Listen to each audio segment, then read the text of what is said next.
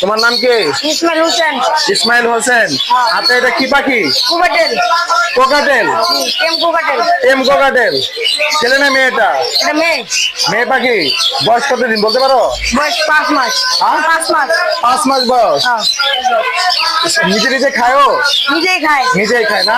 কত টাকা চাইছিলা? দাম পেয়েছে 3000 টাকা। 3000 টাকা। আইলে কিছু ডিসকাউন্ট দেওয়া যাবে।